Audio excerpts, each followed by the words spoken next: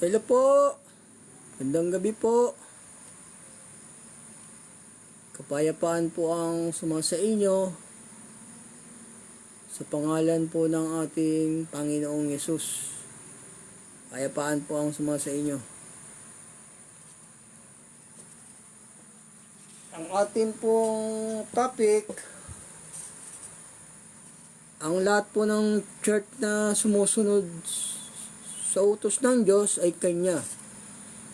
Our topic for tonight, all church to follow our command God, own is God. Ganun po. O yung sumusunod po sa it is a topic for tonight.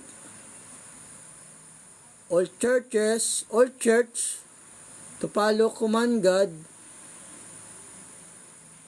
own is God. O, sa Kanya po yun, pagka yung sumusunod po sa utos sa Diyos po. Pero pagka hindi po sumusunod yung yung church, o hindi po sa Diyos yun, mga ganun. Mga nangaral lang dahil sa pera.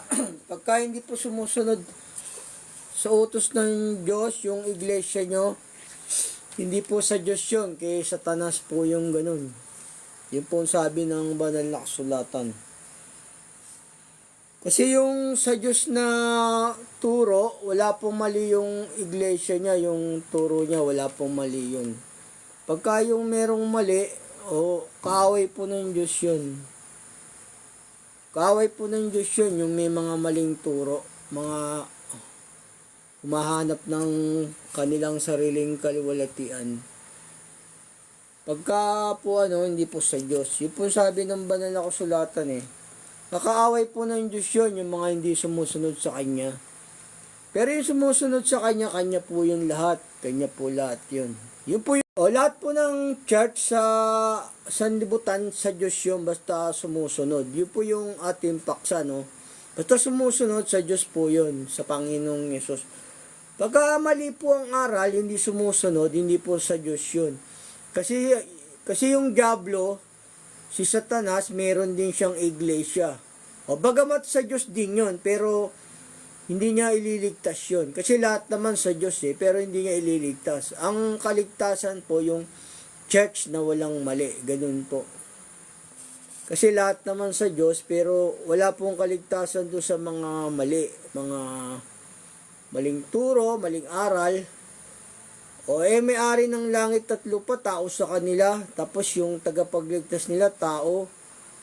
Yung Panginoong Yesus, tao. Tapos yung huling sugo nila, yung leader nila. Mali po yun. Kasi ang huling sugo, yung Panginoong Yesus, saka po yung mga anghel, yun po. Pagka maling turo, hindi po sa Diyos yun.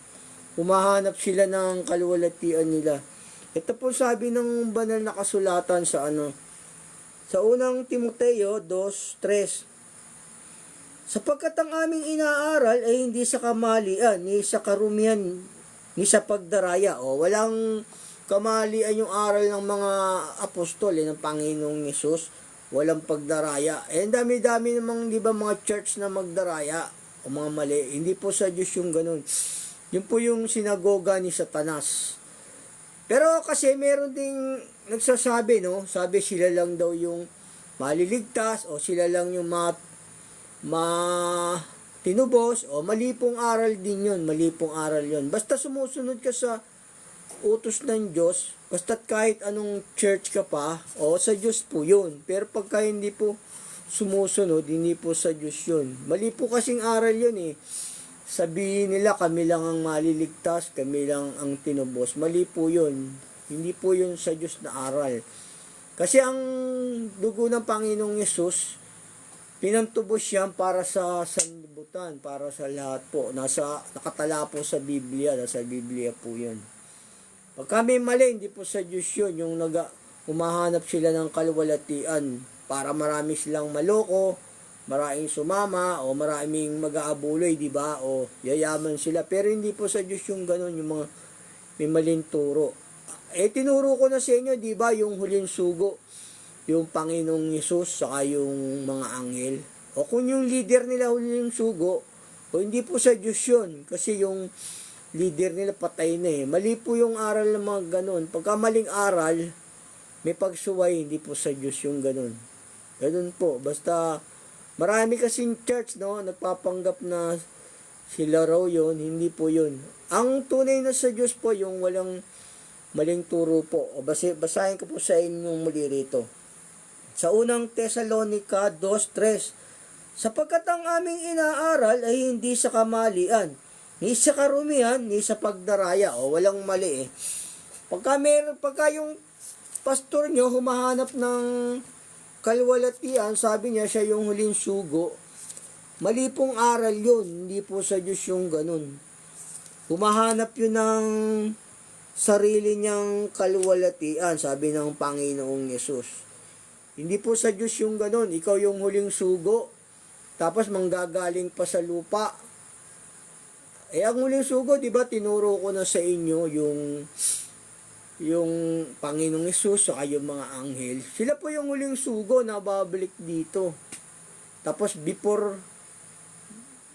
yun, bago sila, yung ano muna, yung nasa Apokalipsis.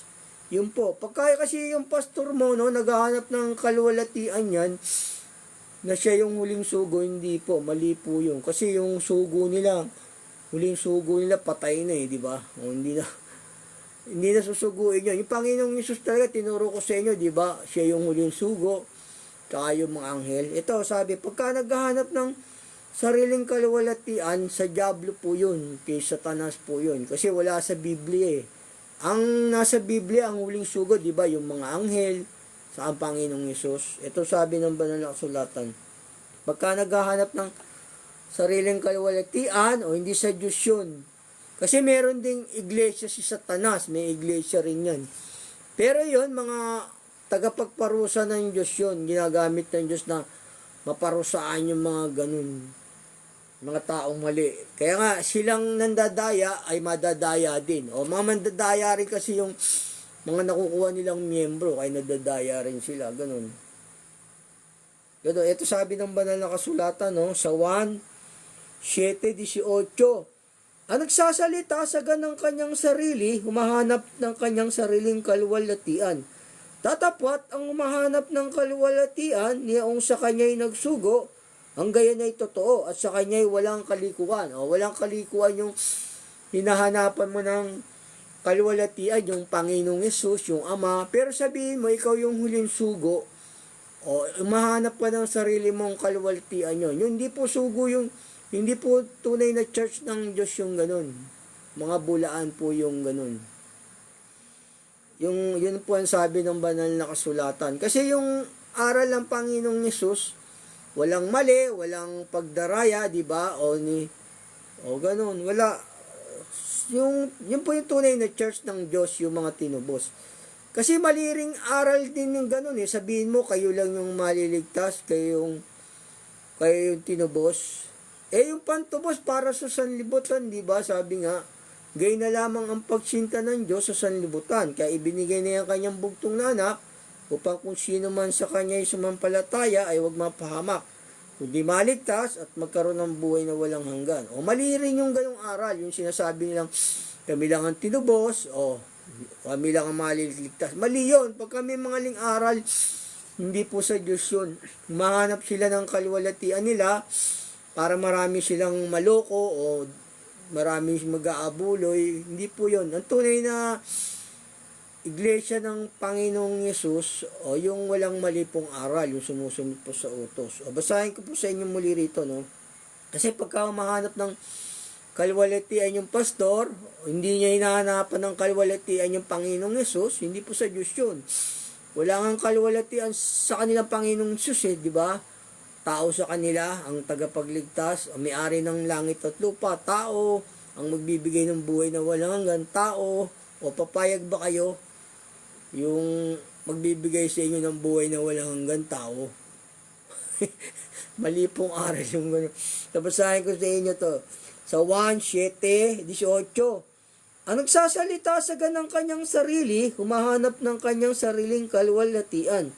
Tatapat ang humahanap ng kalwalatian niyang sa kanya'y nagsugo, Ang gayon ay totoo at sa kanya ay walang kalikuan. Yun, hanapan mo ng kapurihan yung Panginoong Yesus, yung Ama, yun po yung tunay na sugo, yung mahanap, yung hindi naghahanap ng sariling kaluwalhatian. Ganun. Pero sabihin mong, ikaw yung huling sugo, nababasa sa Biblia, ang huling sugo, yung mga anghel, saka yung Panginoong Yesus. Kaya hindi po yun mga tunay na sa Diyos, yung mga ganung aral, yung mga may mali. Hindi po napaghaharian ng Diyos yung ganun. Yung mga sila, ang naghahari po doon yung diablo, yung mga maling aral. Yung diablo po. O bagamat ginagamit ng Diyos yung diablo para sa pagpahirap din sa mga taong masasama. O ganun. O yun, kita nyo, abuloy kayo ng abuloy. Tapos, yun pala, mapupunta lang pa kayo sa impyerno. Ganun, hindi pa paghaharian ng Diyos yan Kasi, si Satanas may iglesia rin. Meron siyang sinagoga. O gano'n, meron siyang iglesia rin Meron siyang sinagoga. Meron din siyang church, si Satanas. Yung mga hindi sumusunod sa utos ng Diyos yun. Yun yung sa kanya. Espiritu ng kapangyarihan ng hangin ang gumagawa doon. Si Satanas po yun. Itong sabi ng banal na kasulatan, yung mga espiritu ng kapangyarihan po ng hangin ang gumagawa doon. Sabihin, si Satanas po yun. Ito sa may Epeso po, 2:2. Na inyong nilakaran noong una ayon sa lakad ng sanlibutang ito. Ayon sa Pangulo ng mga kapangyarihan ng hangin, ng espiritu, na ngayon ay gumagawa sa mga anak ng pagsuway. O yung mga anak ng pagsuway yung gumagawa ron, yung diablo po, yung mga maling aral, o yung naghahanap ng kapurihan niya. Kasi yung diablo, meron din siyang church. Meron siyang sinagoga. Ito, basahin ko sa inyo rito. Meron din siyang iglesia, si Satanas. Pero yung Satanas, ginagamit ng Diyos siya ng pagsubok. O yan, ibinibigay ng Diyos yung mga masasama ron sa mga iglesia ni Satanas. Yung mga mali aral, binibigay ng Diyos yun. Yung mga masasama, binibigay sa iglesia ni Satanas yun. Yun ang sabi ng banal na kasulatan. Ito ang sabi ng banal na kasulatan, basahin ko sa inyo. Kasi meron din siyang, yung bang, meron din siyang iglesia, yung meron din siyang, yung bang, meron din siyang iglesia, yung sinagoga, ganun, kanya yun kay Satanas. O tabasahin ko sa inyo. Yung mga maling aral, hindi sumusunod sa Diyos, yun po yun. Kasi sabi nila, sila lang ang tinubos, sila lang ang maliligtas Kaya mali pong aral yung ganun, yung sinabi mo, kami lang ang maliligtas. Ano yun? Ang sasangkap na lang yung Israel na lang ang makikibahagi, ang tunay na church, yung nasa Pilipinas na. Mali po yun. Ang sasangkap lang, babahagi, yung mga hintil sa lahat ng buong mundo. Ang tunay na church, yung sa may Jerusalem po. Lahat ng mga bansa, babahagi sa kanya. Ayun, mga maling aral yan, kay Satanas po yung ganun, kay sa diablo. Ito, basahin ko sa inyo rito sa sa Apokalipsis 2:9, kasi meron din siyang iglesia sa Satanas Meron din siyang church. Ang tawag po ron, sinagoga, church po yun. Ito po. Nalalaman ko ang iyong kapighatian at ang iyong kadukaan. Datapat ikaw ay mayaman. At ang pamumusong ng mga nagsasabing sila ay mga Hudyo at hindi sila gayon, kundi isang sinagoga ni Satanas. O, mga sinagoga ni Satanas yan, yung mga hindi na pag-aarian ng Diyos. Yung mga maling aral, yung naghahanap ng sariling kapurihan. Ang mga sinagoga ni Satanas yun, mga iglesia sila ni Satanas. Hindi na pag-aarian ng Diyos yung mga ganon, yung naghahanap ng kaluwalhatian, tapos ang Panginoong Yesus nilalait tao. O hindi sa Diyos po yung ganong aral. Hindi sa Diyos po yung ganong iglesia, yung mga ganon. Hindi na pag-aarian ng Diyos yung ganon, yung mga ganyan hindi pinag-aarian ng Diyos, itatapon ng Diyos sa kadiliman yun, nasa kadiliman sila. Kasi sa Diyos din yung kadiliman, yung kadiliman sa Diyos din. Pero dadali ng Diyos yun sa impyerno, ganun. Binibigay ng Diyos yung mga tao kay Satanas. Ganun po. Akala nila sa Diyos yun. Ang tunay na sa Diyos, yung wala pong mali. Walang maling aral, o walang nagpapasakop sa Diyos. Kumbaga, hindi siya nasusunod sa kanyang sarili, kundi ang Diyos. Gaya ko, hindi ako nasusunod sa sarili ko. Ang Diyos, sinusunod ko yung Diyos. Kung anong gusto niya. Sabi niya, patayin niyo ang nasa nasusunod sa sarili ko. Ang Diyos, sinusunod ko yung Diyos. Kung anong gusto niya. Sabi niya, patayin niyo ang nasa ng laman. O pinapatay ko yung nasa ng laman. Kasi ang magkalaban ng laman sa espiritu. Yung tunay na sa Diyos, yung namumuhay sa espiritu, ganun po. Okay lang naman yung meron kang asawa. O okay lang yun, basta nasa paraan ng Diyos, nasa instruction niya. Yung gawa ng laman mo, ganun. Hindi naman masama yun eh. Huwag lang pong sobra.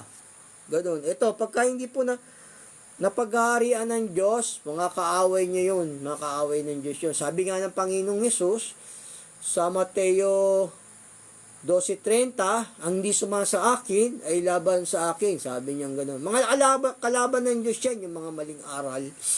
Mga naghahanap ng sariling kalwalatian. Ito pa rin, sabi niya gano'n. Mga kalaban ng Diyos yan, yung mga maling aral.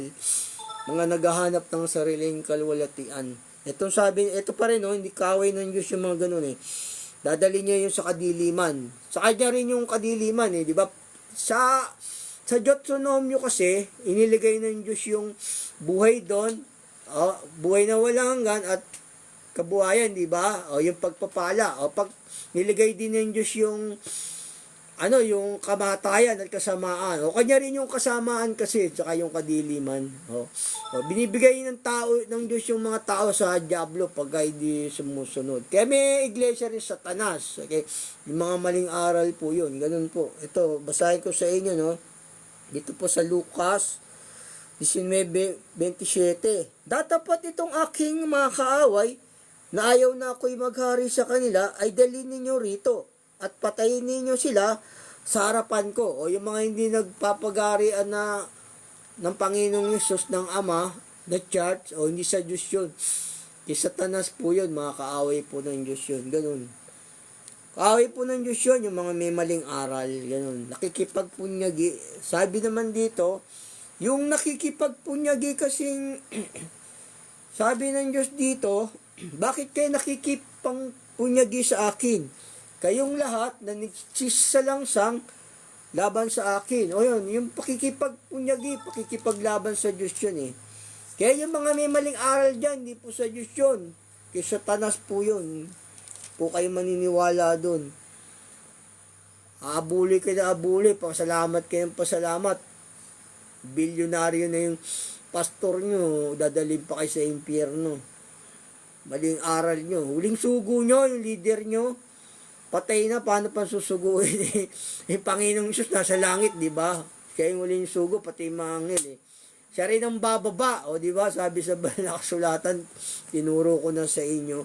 Ito, yung mga may maling aral, pagsuway, hindi po sa Diyos yun. Dito po sa Jeremias 2:29.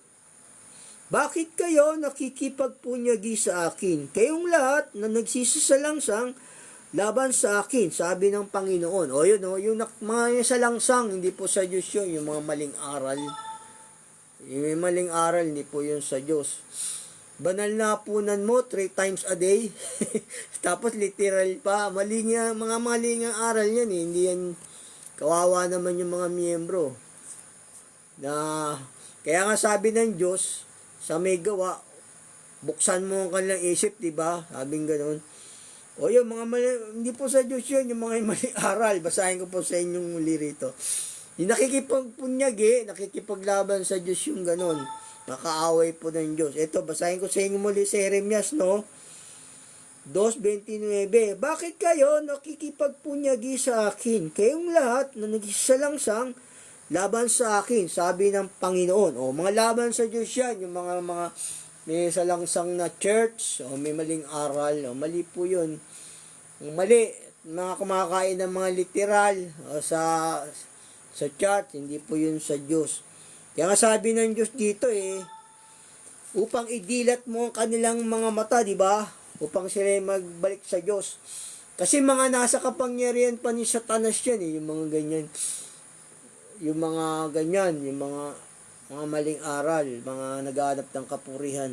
Kaya sabi rito ng Diyos sa Gawa 26:18, upang idilat mo ang kanilang mga mata, upang sila'y magbalik sa ilaw mula sa kadiliman. O, nasa kadiliman pa yan yung mga maling aral, yung naghahanap ng sarili nilang kapurihan. Yung huling sugo nila, yung leader nila, pero patay na. Huling sugo pa daw yun. Basahin ko sa inyo muli. Upang idilat mo ang kanilang mga mata, upang sila'y magbalik sa ilaw mula sa kadiliman, at mula sa kapangyarihan ni Satanas hanggang sa Diyos, upang sila'y magsitanggap ng kapatawaran ng kasalanan ng mga mana ng kasamahan ng mga pinapaging banal sa pamagitan ng pananampalataya sa akin. O yan o, ang kapatawaran ng kasalanan sa pananampalataya sa Panginoong Yesus. O yung mga maling turo, maling aral, mga karian pa ng diablo yan, ni Satanas. Nasa kadiliman pa yun. Hindi po yun sa Diyos kasi si Satanas, may iglesia yun may iglesia pa siya Meron siya iglesia, mga maling aral, yung hindi sumusunod sa utos ng Diyos. Kaya Satanas po yun. Ganun.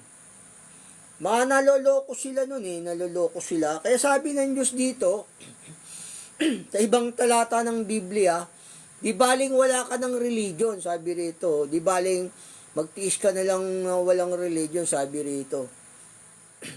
Kaysa sumama ka dun sa mga maling aral. Kasi kay Satanas po yung mga ganun. Yung sila ang nasusunod, paraan nila ang nasusunod, hindi paraan ng Diyos. Kay Satanas po yun. Ito sabi ng banal na kasulatan. Sa may 2 Korinto,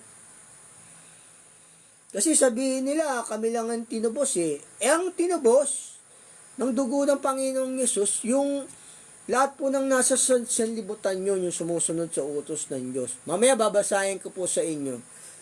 Yung lahat ng sumusunod sa utos ng Diyos, sila po yung tinubos. Lahat po ng church, kanya yun, basta sumusunod. Pagka hindi po sumusunod, hindi po kanya yun. Ito sabi ng banal na kasulatan, yung sabi ng Diyos dito, ni Apostol Pablo, buti nang wala ka ng reliyon, pagtiisan mo na lang, kaysa mga mali pa yung sinasamahan mo, ganon.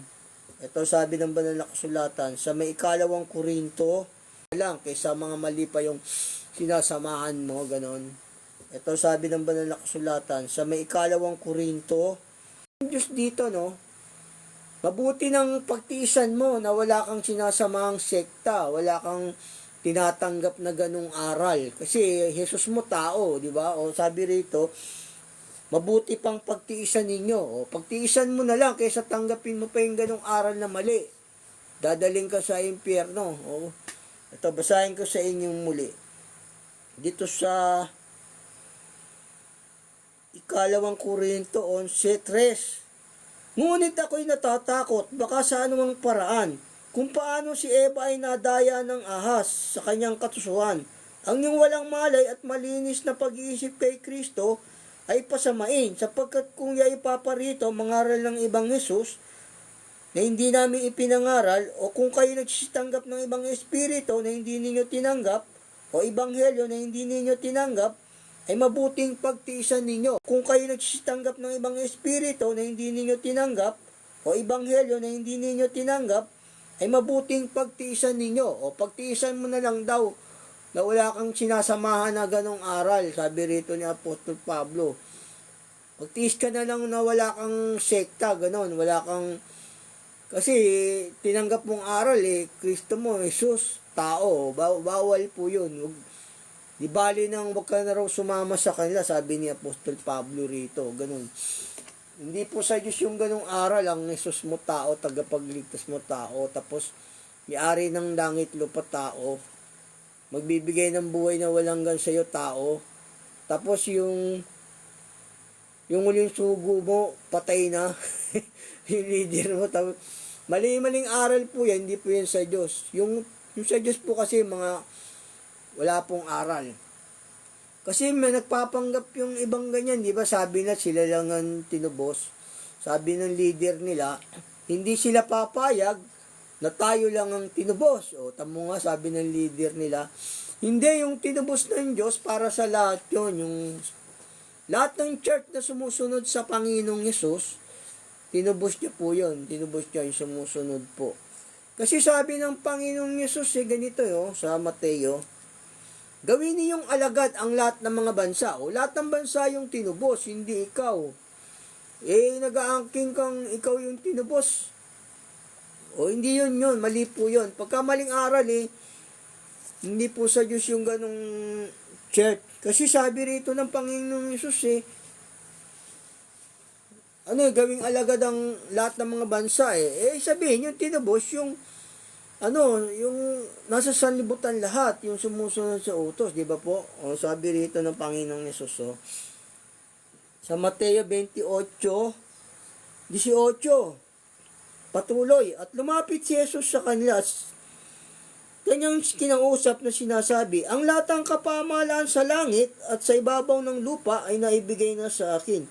Dahil dito, magsiyaon nga kayo at gawin ninyong mga alagad ang lahat ng mga bansa at sila'y inyong bautismuhan sa pangalan ng Ama, ng Anak at ng Espiritu Santo.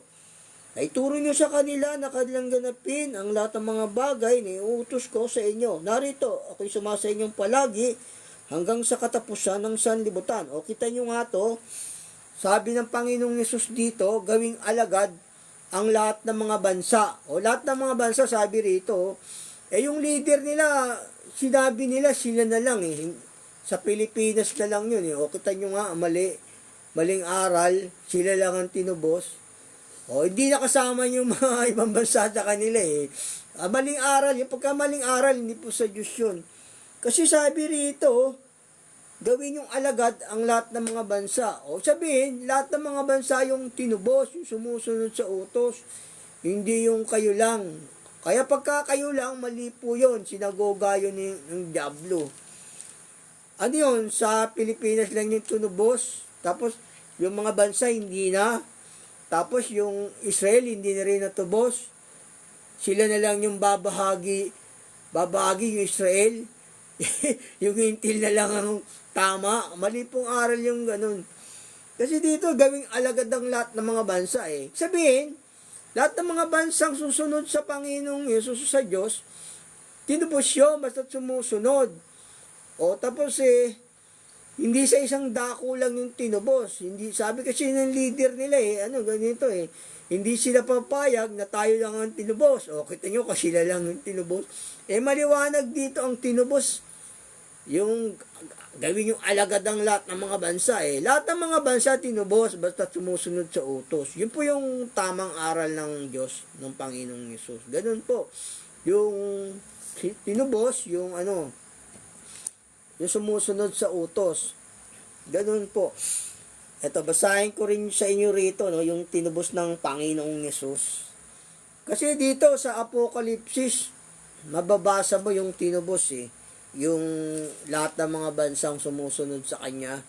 Ito, sabi ng banal na kasulatan. Dito po sa Apokalipsis.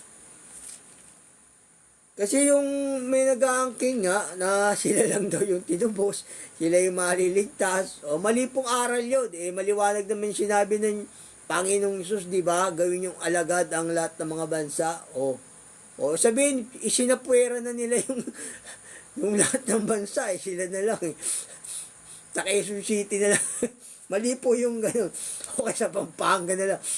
Sa Pampanga na lang dyan yung tinubos. Sa Quezon City. Mali po mga aral yung mga gano'n. Kasi dito sa Apokalipsis, mababasa nyo yung tinubos ng Panginoong Yesus, yung lahat ng mga bansa na sumusunod sa Kanya. Ito, basahin ko sa inyo rito.